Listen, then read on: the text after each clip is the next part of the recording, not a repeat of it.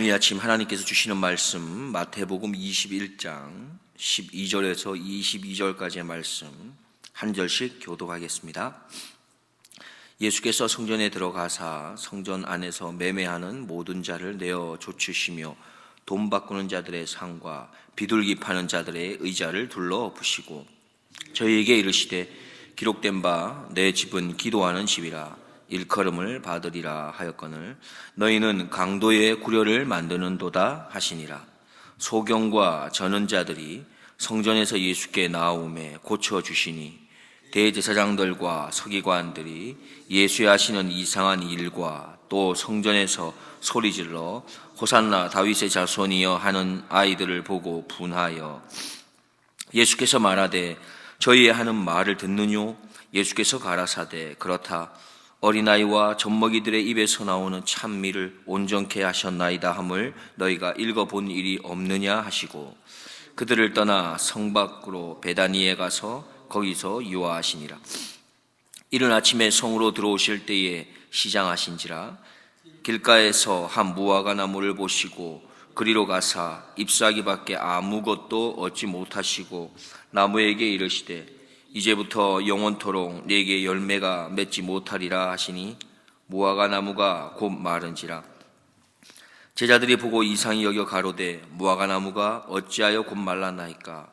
예수께서 대답하여 가라사대 내가 진실로 너희에게 이르노니 만일 너희가 믿음이 있고 의심치 아니하면 이 무화과 나무에게 된 이런 일만 할 뿐 아니라 이 산더러 들려 바다에 던지우라 하여도 될 것이요. 함께 보겠습니다.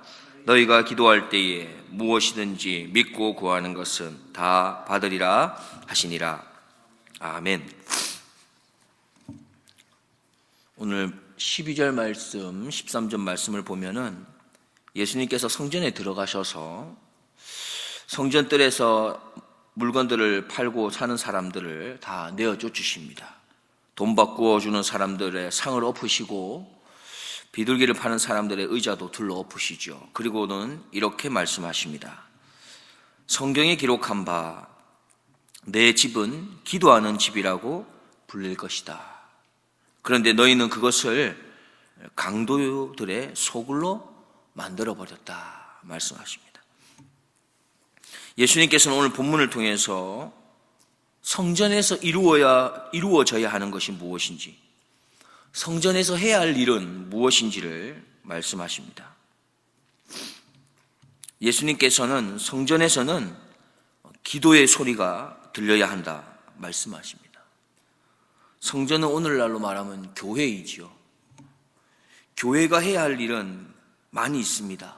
그중에 오늘 특별히 예수님께서는 기도를 강조하고 계십니다. 기도가 무엇입니까? 하나님과의 대화이지요. 하나님과의 친밀한 만남을 가지는 것입니다. 그래서 교회라고 하는 것은 하나님과 대화하는 곳이어야 합니다. 교회에 오면 하나님과의 만남이 있어야 합니다. 무엇보다 교회에 기도가 있어야 하는 것은 교회가 든든히 설 수 있는 기초가 되는 게 바로 기도이기 때문이죠. 여러분은 기도를 어떻게 하고 계십니까? 기도라는 것이 내가 하고 싶은 말, 또 내가 듣고 싶은 말 듣는 그런 시간이 기도가 아닙니다. 때론 명상을 하는 시간, 그것도 아닙니다. 마음을 비우는 시간, 그것도 기도가 아닙니다. 기도를 한다는 것은 하나님의 말씀 앞에 있는 겁니다. 기도를 한다는 것은 하나님의 말씀 앞에서 하나님과 함께 이야기를 나누는 것입니다. 하나님의 그 약속의 말씀을 가지고 하나님께 간구하거나 부탁하는 것, 그렇게 하나님과 대화하는 시간이 기도이죠. 중요한 것은 이 기도의 출발이 바로 약속의 말씀을 근거로 해야 한다는 것입니다. 나는 무엇을 하기 위해 교회에 오고 있습니까? 나는 교회에서 기도할 때에 내가 하고 싶은 말, 내가 듣고 싶은 말을 듣고 있지는 않습니까? 기도는 약속의 말씀을 붙들고 하나님 앞에 나아가는 것으로 시작하는 것입니다. 계속해서 예수님은 말씀하십니다. 교회에는 치료와 회복과 고침이 있는 곳이어야 한다 말씀합니다. 14절 말씀 보면 소경과 저는 자들이 성전에서 예수께 나오매 고쳐주시니 했습니다. 예수님께서 걸어가신 그 길을 따라가는 것이 바로 교회가 해야 할 일, 걸어가야 할 길입니다. 예수님께서는 마태복음 4장 23절을 보면은 예수께서 온 갈릴리에 두루 다니사 저희 회당에서 가르치시며 천국 복음을 전파하시며 백성 중에 모든 병과 모든 약한 것을 고치시니 하셨습니다.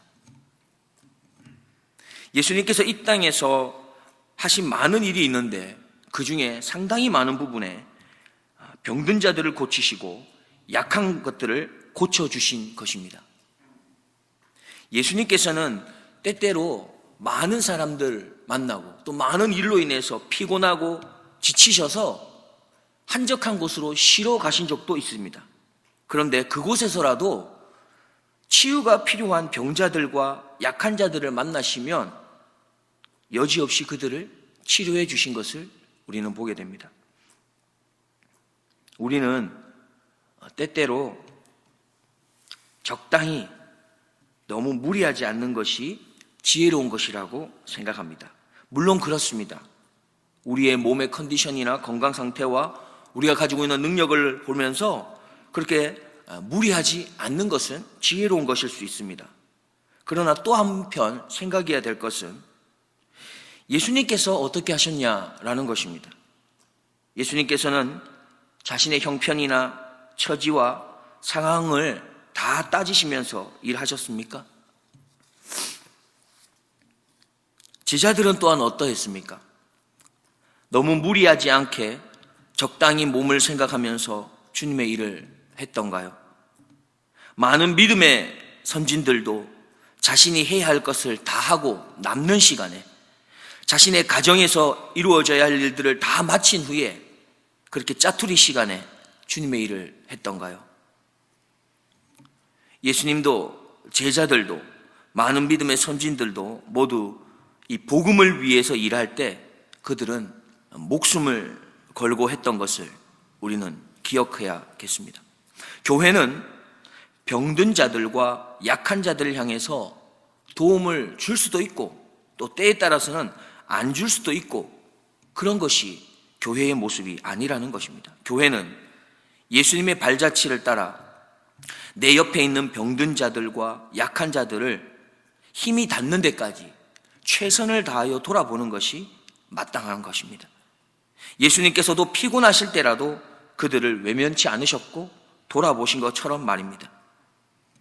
교회는 교회의 도움을 필요로 하는 자가 있다면 교회의 도움을 필요로 하는 병자들이나 약한 자들을 결단코 외면해서는 안 되는 것입니다. 몸이 병든 자뿐만이 아닙니다. 마음이 병들었거나 영적으로 병이 들었거나 영적으로 연약함으로 지쳐서 쓰러져 있는 자들이 있다면 우리는 교회는 모두 다 손을 먼저 내밀 수 있어야 하는 것입니다. 그들의 짐을 함께 짊어지고 걸어가야 하는 것이죠. 왜냐하면 그것이 교회가 가지고 있는 사명이고 소명이기 때문입니다. 교회를 통해서 병든 자의 고침과 약한 자들의 회복과 위로와 치료가 나타나고 있습니까? 나는 교회로서 내 옆에 병든 자와 약한 자를 위해서 어떠한 수고와 노력을 하고 있습니까? 세 번째로 교회가 해야 할 일을 말씀하고 있습니다. 그것은 바로 찬양이 흘러 넘쳐야 한다는 것이죠. 16절 말씀을 보면은 예수께서 말하되 저희 하는 말을 듣느뇨? 예수께서 가라사대 그렇다. 어린아이와 젖먹이들의 입에서 나오는 찬미를 온전케 하셨나이다 함을 너희가 읽어본 일이 없느냐 하시고. 여러분, 우리가 다 같이 매일 성경을 새벽마다 보고 있습니다. 그리고 우리가 매일 성경 큐티를 하죠. 때때로 개인적으로 큐티할 때도 어떻습니까? 가장 먼저 큐티할 때 하는 것이 무엇입니까? 찬양을 먼저 합니다. 왜냐하면 그 찬양을 통해서 내 마음의 문을 하나님께 더 활짝 이렇게 열 수 있기 때문에 그런 것입니다. 혹시 이런 경험이 있지는 않으십니까? 하나님과 약속한 시간, 하나님과 약속한 장소로 가서 기도하기 위해서 그 자리에 앉았는데 그날따라 마음에 기도하는데 기도가 열리지를 않습니다. 때로는 갑자기 교회를 찾고 싶은 마음에 교회를 와서 기도의 자리를 앉기는 했는데 막상 어떤 말부터 기도해야 할지를 몰라서 가만히 앉아 있었던 경험이 있지는 않으십니까? 저도 그럴 때가 있었습니다. 그럴 때면 그렇게 묵묵히 잠잠히 시간이 조금 지나고 나면 어김없이 나의 입술에서 찬양이 자연스럽게 흘러나오게 되죠. 그렇게 내가 알고 있는 찬양을 조금씩 부르다 보면 정말로 닫혀있던 나의 마음의 빗장들이 풀리기라도 하듯이 자연스럽게 하나님의 인재 앞으로 나아가게 됩니다. 마음을 쏟아내게 되면서 입술에 기도의 읊조림이 시작되는 것이죠. 그렇습니다. 찬양이란 우리의 마음에 닫혀있는 빗장을 열어줍니다. 찬양은 우리의 장벽을 허물어뜨립니다.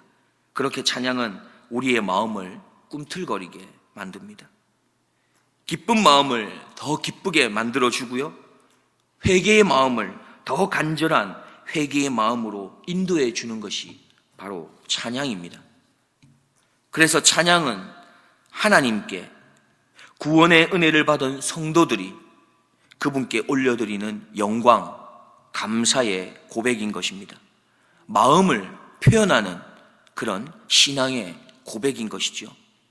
그래서 생명력 있는 신앙생활을 하는 성도들의 입술에서는 찬양이 끊어지지 않는 것입니다.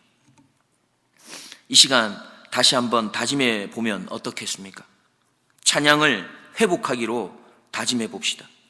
찬양하는 그 시간이 하나님을 향해 나의 마음을 가장 잘 나타내고 보여줄 수 있는 시간입니다. 찬양할 때에 마음을 활짝 드러내어 주님 앞으로 나아가기로 다짐해 볼 수 있는 것이지요. 찬양의 마음을 싣고 정성을 싣고 간절함을 실어서 그렇게 마음을 표현해 봅시다. 시편 33편 1절에 너희 의인들아 여호와를 즐거워하라. 찬송은 정직한 자들이 마땅히 할 바로다. 시편 84편 4절에 주의 집에 사는 자들은 복이 있나니 그들이 항상 주를 찬송하리이다 말씀하십니다. 19절 말씀을 보면 길가에서 한 무화과 나무를 보시고 그리로 가사 잎사귀밖에 아무것도 얻지 못하시고 나무에게 이르시되 이제부터 영원토록 내게 열매가 맺지 못하리라 하시니 무화과 나무가 곧 마른지라 말씀하십니다.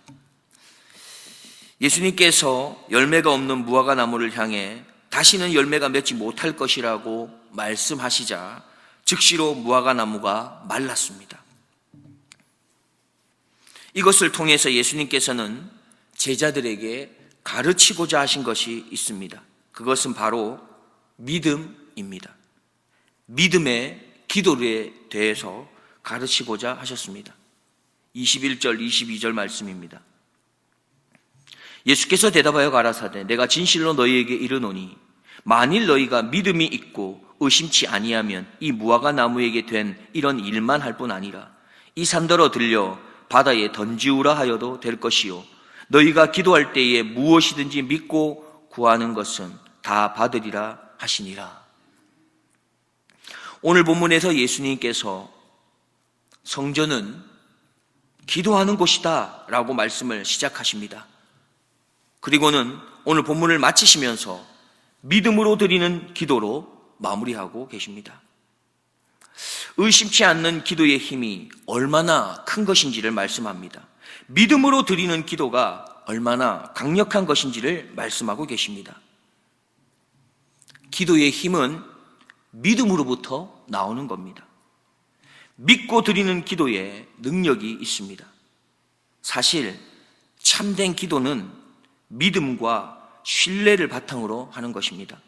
믿음이 없는 기도는 하나님의 역사를 나타내지 못하며, 기도하지 않는다는 것은 하나님께서 기도를 통해 반드시 역사하시고 응답해 주신다는 믿음이 없다는 것을 말합니다. 예수님께서 말씀하십니다. 기도할 때 믿고 기도하면 다 받을 수 있다고 약속의 말씀을 우리에게 주십니다. 기도만큼이나 신앙생활에 있어서 횡재하게 되는 열쇠는 없는 것이죠. 그렇습니다. 기도는 어둠 속에서 하나님을 볼 수 있는 거울입니다. 기도의 사람 바운지가 이렇게 말했습니다. 그래서 우리의 기도는 지칠 줄 모르는 힘과 거부될 수 없는 인내와 꺾여지지 않는 용기로 강하게 기도해야 한다고 말했습니다. 말씀을 맺겠습니다. 마지막 때에 교회의 모습을 오늘 본문에서 보여주십니다. 마지막 때의 교회의 모습, 기도하지 않는 교회, 자신의 이익을 위해 교회 안에서 상거래를 하는 교회, 그래서 결국 예배에는 아무런 관심이 없는 교회를 보여주십니다. 잠시 생각해 보겠습니다. 나는 교회에서 예배에 얼마나 관심이 있습니까? 내가 오늘 교회에 온 이유는 하나님을 만나고 예배하기 위함입니까? 아니면 사람을 만나거나 내가 해야 할 식당 봉사나 내가 섬겨야 할 봉사직을 위함입니까? 사실 이러한 것은 결단코 예배보다 앞설 수 없는 것이지요. 아무리 훌륭한 봉사도, 아무리 훌륭한 섬김도 예배보다는 앞설 수가 없습니다. 왜냐하면 예배를 통해 내 영혼이 살아나야 살아있는 영혼을 가지고 살아있는 봉사를 하고 살아있는 영혼을 가지고 살아있는 섬김을 할 수 있기 때문입니다. 예배를 통해 하나님이 주시는 생명력을 가지고 봉사하고 섬길 때 그것이 참 빛이 되고 참 소금이 되어 생동감을 주고 생기를 주며 주변을 살리는 그런 섬김이 되기 때문입니다. 특별히 식당 봉사하는 분들은 정말로 영적인 생명력이 충만한 가운데 해야 합니다. 왜냐하면 식당 봉사하시는 분의 영성이 생명력으로 충만하지 않아서 봉사하게 된다면, 불평과 불만으로 식사 준비를 한다면 그 음식은 분명히 좋은 영향력을 얻지 못할 겁니다. 불평과 불만이 섞여 있는 음식을 만드는 것이죠. 음식을 하시는 분들은 음식을 만들면서 기도하는 마음으로, 축복하는 마음으로 해야 그 음식에 하늘의 축복이 스며들어가지 않겠습니까? 그래서 교회는 봉사가 우선이 아닙니다. 예배가 우선입니다. 그래야 그 봉사에 생명력 있는 좋은 선한 영향력이 흘러가기 때문입니다. 교회는 예배를 회복해야 합니다. 왜냐하면 예배 안에 기도가 있기 때문이죠. 예배 안에는 찬송도 있기 때문입니다. 예배를 통해서 하나님의 치유와 회복과 고침도, 그러한 역사도 일어나기 때문에 그렇습니다. 무엇보다도 예배에는 하나님의 말씀, 약속의 말씀에 임재가 있기 때문에 우리가 회복해야 할 것은 바로 예배인 것입니다. 기도하겠습니다. 하나님 아버지, 마지막 때 교회가 어떠한 모습으로 걸어가야 하는지를 오늘 말씀을 통하여 저희들에게 다시 한번 말씀해 주시니 감사합니다. 우리가 교회인데 우리가 교회로서의 모습을 잘 회복하고 걸어갈 수 있도록 도와주옵소서.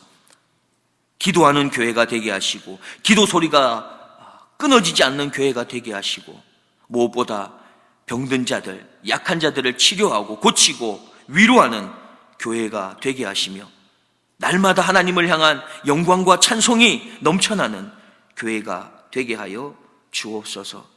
무엇보다 말씀이 살아 움직이는, 약속의 말씀을 근거로 하는, 말씀이 풍성한, 말씀이 기초가 되는 그런 교회가 되어서 예배가 살아나는 그래서 예배가 살아나서 모든 섬김이, 모든 봉사가 생명력이 있는 그런 교회가 되도록 하나님 인도하여 주옵소서. 오늘도 우리 가운데 역사하실 우리 하나님을 기대하오며 살아계신 예수 그리스도의 이름으로 기도드리옵나이다. 아멘.